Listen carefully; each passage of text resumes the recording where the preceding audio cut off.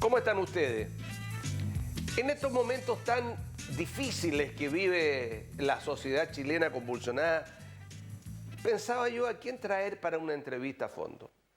Y a propósito de una coyuntura que ya la vamos a explicar, creo y creí que era bueno llevar a sus casas una conversación con el presidente del Colegio de Abogados de Valparaíso, Asociación Gremial, el abogado Alejandro Gómez. Abogado, ¿cómo está usted?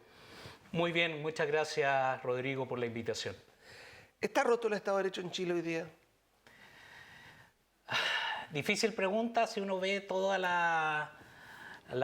los desmanes que han ocurrido en el último tiempo. Yo creo que el Estado de Derecho propiamente tal, no, porque todavía están las instituciones, funcionan los tribunales de justicia, tenemos un Congreso, pero sí yo creo que hay un peligro latente, importante, que puede afectar el Estado de Derecho si es que estas manifestaciones no son conducidas debidamente. Desde el punto de vista del derecho, ¿qué es lo que pasa? Para que la gente lo entienda. ¿Una insurrección? ¿Una revolución? ¿Una manifestación de descontento ciudadano organizada, enormemente grande? ¿Qué es lo que es desde el punto de vista del derecho esto? Bueno, primero son manifestaciones de un grupo mayoritario de la población respecto a una serie de circunstancias, porque la verdad esto no fue solamente los 30 pesos del aumento del metro. Estamos claros. Esto es una cosa que se veía dando de hace tiempo y hay una molestia generalizada. Efectivamente, eso se ha manifestado en manifestaciones masivas que yo no recuerdo haber visto, salvo cuando se recuperó la democracia. Pero también, lamentablemente, y yo creo que hay que distinguir las manifestaciones de los ciudadanos, como lo hemos visto en muchas ciudades de este país, de los actos vandálicos, de la delincuencia que ha arrogado. Y efectivamente, esos actos afectan. Ahora, ¿qué hace la autoridad en eso? Porque claro, hay una serie de denuncias que se han dado por maltrato de las fuerzas policiales o militares, por abuso, por tortura, por un sinnúmero de cosas, digamos. Pero, ¿cómo se reprime un saqueo en Estado de Derecho? Mi pregunta es, ¿cómo usa la fuerza la autoridad? Bueno, primero, la fuerza está regulada. La fuerza pública no puede hacer cualquier cosa. Y para eso, tanto Carabineros como la Policía de Investigaciones e incluso las Fuerzas Armadas tienen una reglamentación propia.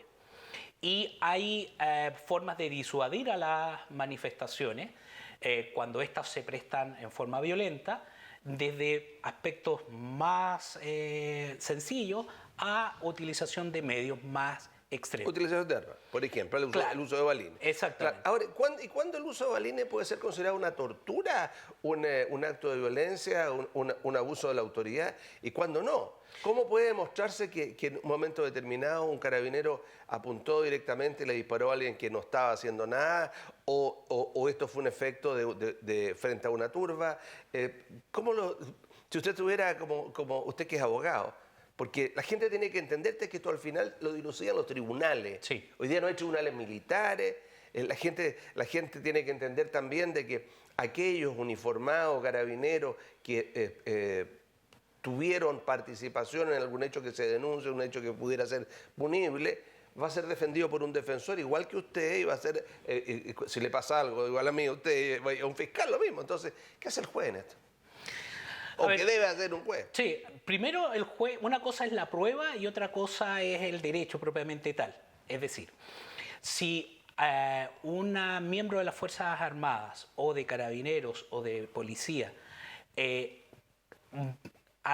comete algún hecho ilícito, entendiéndose por él, el que se aparte de la reglamentación, eso tiene que ser investigado por la Fiscalía del Ministerio Público y resuelto por un tribunal de justicia. Ahora, ¿cómo se prueba? Bueno, en la actualidad, a diferencia de lo que pasaba años atrás, en la actualidad casi todos tenemos en nuestras manos una filmadora a través de los celulares. Podrán haber imágenes, podrán haber testigos que puedan dar fe de estas circunstancias. Ahora, yo lo que distinguiría es el ejercicio propio del derecho, por ejemplo, en reducir a una persona, a el ejercicio de la fuerza que violenta los derechos humanos de las personas. ¿Por qué? Porque cuando un agente del Estado ya logra retener a una persona, no tiene derecho a maltratarla, no tiene derecho a vulnerar sus derechos físicos o psíquicos. Ok. ¿Los jueces se nombran hoy día en Chile en la Academia Judicial? ¿O tienen que hacer un curso para la Academia Judicial? ¿Cómo es ese tema de los jueces? Sí, lo que sucede es que los jueces siguen siendo nombrados por ternas o quinas, dependiendo el tipo de magistrado que se trata, elaboradas por las Cortes de Apelaciones o la Corte Suprema en su caso, y el presidente de la República, a través del Ministerio de Justicia, designa definitivamente quién es la persona. Ahora, ¿qué papel tiene esta Academia Judicial que existe, digamos, porque alguna vez escuché que si uno no tenía un curso en la Academia Judicial no podía postular un cargo en el Poder Judicial? Efectivamente, en el año 94 se creó la Academia Judicial. Esto es una institución de derecho público que tiene como finalidad en la formación de las personas abogados, para que le explicarle a la ciudadanía, todas las personas que son jueces tienen que previamente tener el título de abogado. Y estas personas, es decir, estos abogados que quisieran en el futuro ser miembros del Poder Judicial, tienen que hacer un curso. Ese curso está impartido por la Academia Judicial y lo habilita para postular a estos cargos que yo recién ¿Son gratis esos cursos? Esos cursos son gratis y hay que distinguir si es un funcionario del Poder Judicial que se logró titular de abogado, puede mantenerle su sueldo durante estos más o menos 6 meses que dura el curso, y los que vienen de afuera hay un pago por ese curso. Y un pago al que postule y se selecciona. Para que se pueda mantener durante esos 6 meses, porque no puede tramitar ese curso. Pero si yo, abogado, joven o no tan joven, quisiera, digamos, entrar a un curso a la Academia Judicial, busco, me inscribo y si me seleccionan, puedo hacerlo sin tener que pagar nada. Así es, pero la selección es alta. Postulan muchos abogados y los cupos son relativamente pocos, 35, 40 en cada llamado. Y además, esta academia tiene la facultad o la obligación de perfeccionar a los jueces, es decir, a los jueces, ministros que ya están en el Poder Judicial, otorgarles perfeccionamiento y además establecer cursos de habilitación para que estos jueces puedan en el futuro postular a ser, por ejemplo, ministros. Ok, yo lo pregunté, hice la introducción porque usted que nos está viendo, por primera vez en la historia de que se inició la Academia Judicial, el presidente de un colegio de abogados que no sea el de Santiago integra y se ha convertido en miembro de esta Academia Judicial, en este Consejo de la Academia Judicial, que es usted, ¿no es así? Así es, Rodrigo. ¿Por qué? Porque uno mira, expliquémoslo, porque uno mira la televisión nacional, la televisión abierta pública o privada, digamos que también es pública, y allí siempre que se habla de recurrir a abogados, se habla del Colegio de Abogados de Santiago como fuera el Colegio de Abogados de Chile, y que ese fuera el que tuviera preeminencia para el agrupa. ¿No es así entonces? No, Rodrigo, y para que la gente lo entienda, en Chile no hay un solo colegio de abogados, son varios. ¿Hubo un solo colegio? Hubo hasta que en la dictadura se quitó la colegiatura obligatoria y ahí se transformaron todos los colegios profesionales en general y los regionales respectivamente en asociaciones gremiales. Hoy por hoy los colegios, todos ellos, colegios profesionales, son asociaciones gremiales. Pues bien, el Colegio de Santiago pertenece o corresponde solamente a los abogados asociados en Santiago. Pero ¿ejercen en Santiago? Y ejercen en Santiago, o pueden ejercer en otros lados, pero... O sea, si yo soy abogado y me integro un colegio, digamos, esa integración, esa patente me puede servir para demostrar que soy abogado en cualquier lado. Así es, porque no hay una patente de abogado, está el título de abogado. Ah, no hay una patente, no hay un permiso. No hay un permiso. Como por ejemplo en el sistema hubo. O como es en el sistema anglosajón, que efectivamente uno no puede litigar y actuar como abogado, representar a las partes en juicio, si no está afiliado a una barra en Estados Unidos o a un colegio acá en Latinoamérica. Ahora, esto es súper importante y te agradezco la pregunta. Primero quiero agradecer a todos los presidentes de colegios de abogados de Chile. ¿Cuántos hay? 17 entre colegios de abogados y asociaciones. Y hay desde Arica hasta Magallanes. Y por ambos, hay uno por región, entonces, más o menos. Más o menos. Hay algunas regiones, por ejemplo, Valparaíso tiene un colegio de abogados que es el que yo represento, y en San Felipe hay otro colegio de abogados de esta región. ¿Quién es presidente allá? El colega Guido Huito. Yeah. Entonces, primero quiero agradecer la confianza. En segundo lugar, yo creo que esto es histórico y relevante, porque como usted bien decía, es la primera vez en la historia de esta Academia Judicial de que uno de los representantes de región es de región. ¿Quiénes componen esta el directorio de la Academia? Este consejo directivo está compuesto por... ¿Cómo se llama? Consejo directivo de la Academia Judicial. Está compuesto por el presidente de la Excelentísima Corte Suprema, el ministro de Justicia, un representante de los ministros de Cortes de Apelaciones elegidos por ellos, un representante de los jueces... ¿De policía local? No, de los jueces de instancia. De los jueces de instancia, ya. También elegidos por ellos. Civiles y criminal, y trabajo, todo junto. Claro, exactamente, todos los que forman parte del Poder Judicial. Además está un representante es decir, dos abogados representantes de las escuelas de derecho del país, designados por el presidente de la República y con aprobación del Senado. Y el presidente de un colegio de abogados, asociación de abogados del país, elegido por sus pares. Es decir, todos los presidentes de colegios de abogados de Chile fuimos llamados a una votación y... ¿Por primera vez se le llama o antes existió votación también? Que yo tenga conocimiento, hasta ahora nunca habíamos sido convocados propiamente a una votación. ¿Y por qué participaba solo el de Santiago entonces?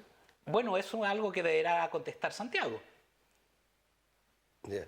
Mira, o sea, esto es una cuestión histórica, Alejandro. Usted lo que está contando, y yo me recuerdo de mi papá, mi mamá, qué sé yo, mi mamá que trabajó tanto tiempo en el consultorio jurídico gratuito del colegio de abogados que funcionaba ahí, al lado, en el cuarto piso. Entonces, es un honor y es un reconocimiento a la calidad de los abogados de Valparaíso. Qué bueno. Ahora, desde el punto de vista ahora de las funciones, ¿qué funciones tienen ustedes? El Consejo, bueno, tiene que aprobar, por ejemplo, estos cursos de perfeccionamiento, preocuparse de qué cursos se van a impartir, cuáles van a ser los tratamientos para eso. Y hay todo un personal administrativo dirigido por el director de la academia, que es el que ejecuta todas estas labores. Felicitaciones, felicitaciones. Volvamos a la cosa. ¿Qué le pareció que se mantuviera el ministro de Justicia? Y que no hubiera un cambio, un abogado joven, qué sé yo, etc. Pese a que el ministro Larraín es un reputado abogado y un hombre muy inteligente. Sí, yo tengo la misma opinión del ministro de Justicia, don Larraín. La verdad, yo creo que mi opinión es que en general lo ha hecho bien dentro de su ámbito. De hecho, hoy día mismo escuchaba las noticias en que el ministro daba a conocer a la opinión pública el que había llamado a la Comisión Nacional de Reforma Procesal Penal, en la cual participa el presidente de la Corte Suprema, el fiscal nacional, etcétera, justamente para analizar estos casos supuestos casos de violación a los derechos humanos por parte de las fuerzas de orden y de seguridad. Y me da la impresión que desde ese punto de vista el Ministerio de Justicia ha cumplido. Pensemos también que la Defensoría Penal Pública forma parte del Ministerio de Justicia y hasta lo que yo tengo entendido ha concurrido justamente a presentar estas defensas de aquellos que han sido vulnerados en sus derechos. Hay muchas cosas que se piden. Sí. Yo me recuerdo de que hay una cosa que se pedía mucho tiempo, una vez que partió la democracia, pero que tuvo un renacer así como los hongos después de la lluvia, pero que después se olvidó. Yo era consejero regional y me recuerdo que se hicieron, usted a lo mejor se acuerda, el defensor del pueblo. Ombudsman. Claro, el ombudsman.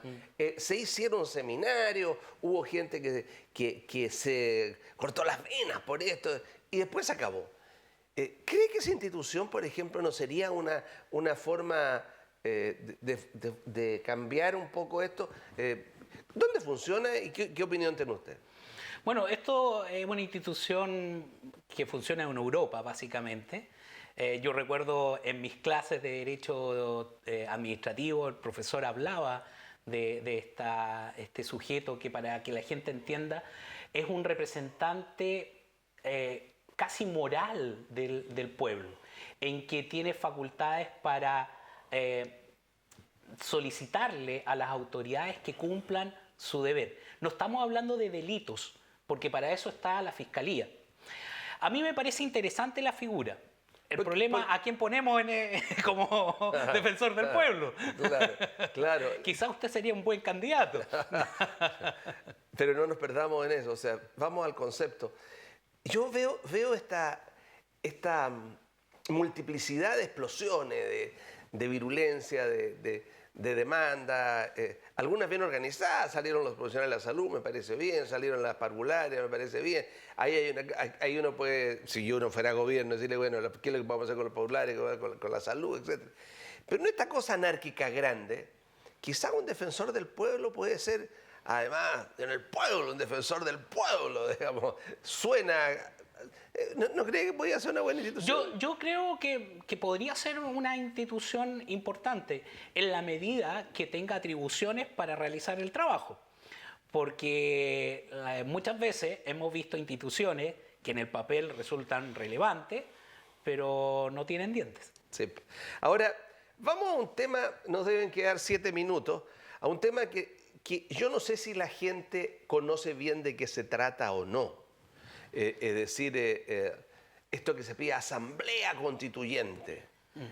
Asamblea constituyente que en algunos países ha funcionado, funciona. Yo sé de la existencia de la asamblea constituyente en Venezuela, sé de la existencia de la asamblea constituyente en Cuba, sé de existencia. Pero mi preocupación, más que nada, mi inquietud, del punto de vista de toda la gente, ¿qué significa esto y qué significa esto cambio a la Constitución? ¿Cómo se puede cambiar la Constitución y qué son estas asambleas constituyentes? A ver, nuestra Constitución, la actualmente nos rige, establece formas para modificar las disposiciones constitucionales. Para que la gente entienda, esto es como una pirámide y en su cúspide está la Constitución. Es la norma más relevante, en otros países le llaman la Carta Magna, en que establece, por así decirlo, un paraguas de límites no solo al Estado, sino también establece derechos a los ciudadanos. ¿Bien? Aclaremos, por ejemplo, para que la gente lo entienda. Hasta la Constitución del 80 no existía el recurso de protección, ¿no? Claro. Existía solamente la habeas corpus, que era un recurso de... Entonces, ese es un recurso de protección, de eso se refiere a lo que usted está hablando. Exactamente. Por ejemplo, ahora... ¿Qué significa aquí el recurso de protección? El recurso de protección es una acción cautelar que se está otorgado a cualquier ciudadano, a cualquier persona, frente a un acto arbitrario o ilegal, un acto, una omisión arbitraria o ilegal de alguna persona, tanto pública como privada. Y que vaya en contra de las garantías que tiene cada ciudadano como la Constitución. Sí, pero no todas las garantías. Hay ciertas garantías. Por ejemplo, el derecho de propiedad, el derecho a la vida, a la integridad física. Por ejemplo, cuando se han presentado recursos por la contaminación que hay en la zona de Puchuncaví, Quintero, y que la Corte Suprema emitió un fallo al respecto, que de todos conocido, eso fue a través de un recurso de protección. Clarísimo. Continuemos entonces. Entonces, claro, el tema de la Constitución, la propia Constitución establece cómo modificar la misma. Y eso se hace por vía democrática a través de nuestro Congreso. A través de los representantes que el pueblo elige, que los ciudadanos que eligen, que los ciudadanos que votan eligen. Si usted no fue a votar, usted no lo eligió. Vaya a votar de partida. Ya, que los ciudadanos eligen. Y ellos pueden modificar la Constitución por iniciativa propia o por iniciativa del presidente de la República. Por iniciativa del presidente de la República, sin duda. El tema no es tanto la iniciativa, si el tema es si tienen los quórum para poder modificar. Son quórum altos. Son quórum altos. Pero la verdad, la Asamblea Constituyente escapa a esta figura dentro del ordenamiento jurídico. ¿Para qué sirve entonces? Yo creo que la Asamblea Constituyente es una forma de poder modificar la Constitución, pero no es la única. Nosotros tenemos nuestra vía democrática. El problema es que la sociedad está desencantada con nuestros representantes en el Congreso. Y señor, yo insisto en lo que acaba de decir don Rodrigo. Esto es importante porque ustedes tienen que ir a votar. Y yo insisto, lo dije en un panel hace un tiempo atrás, yo creo que uno de los grandes efectos que provocó la baja en el sentido democrático en nuestro país fue desde el momento que no era obligatorio la votación. Voto obligatorio. Yo tengo la obligación como Rodrigo y como cualquiera de ustedes de pagar los impuestos.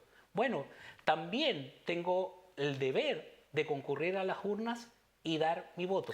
Ahora, bien, volvamos a este tema de la Asamblea Constituyente. ¿Por qué Asamblea Constituyente si nuestra canalización a lo mejor pudiera, sin perjuicio que puede ser, pudiera ser por otro lado? Por ejemplo, propongo otra cosa.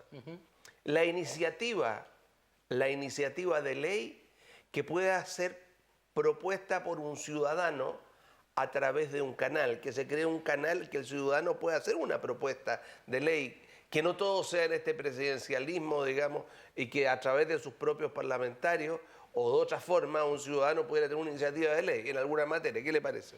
Yo creo que es perfectamente válido. Yo creo que en estas cosas no hay dogmas, ¿no? Si me lo preguntan a mí personalmente, la verdad, yo no estoy complicado con que se cambie la Constitución. Si el tema es cómo se cambia, qué texto va a quedar, cómo se llega a acuerdo. A mí me parece importante que la ciudadanía se exprese, pero esa expresión tiene que después traducirse en formas jurídicas. Tiene que haber cierta concordancia. Como usted decía, si sacamos la Constitución así de rompe de un lugar a otro. Rompe y raja, se dice. Bueno, así. La verdad es que puede afectar nuestro Estado de Derecho. Por ejemplo, ¿qué acción van a tener los ciudadanos para protegerse frente a ciertas vulneraciones? Nos quedan no más de 2 minutos. Y este tema es una acusación constitucional que los parlamentarios del Frente Amplio con el Partido Comunista, y dicen que algunos diputados del Partido Socialista, lo digo yo, o sorpresa, están proponiendo en el sentido de acusar constitucionalmente al presidente de la República. ¿Cómo se acusa constitucionalmente al presidente de la República? Bueno, con 10, la solicitud tiene que hacerse 10... ¿Pero por qué? ¿Por qué? ¿Por qué? Bueno, básicamente lo que ellos plantean es que ha habido un notable abandono de deberes por parte del presidente de la República. Y esto voy a hablarlo a título personal. Más allá de las diferencias que podamos tener cada uno respecto, porque todos tenemos una opinión, yo creo que no le hace bien a la democracia destituir al presidente. Y yo creo que tenemos que ser bastante prudentes respecto a las solicitudes que se hacen. Yo creo que hoy por hoy, con la grave crisis social y económica que está viviendo este país y política, no creo que es oportuno, ni pensando en la democracia, romper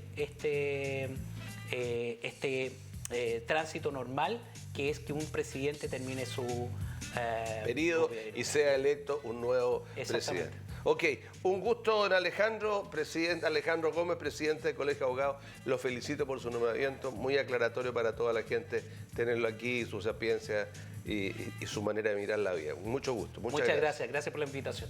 Bueno, quise hacer una entrevista con él porque hay que ponerle mesura, paño frío, tranquilidad y empezar a pensar en cosas que puedan servir para que esta sociedad, que es como construido con tanto esfuerzo, no se nos venga abajo. Que estén ustedes muy bien.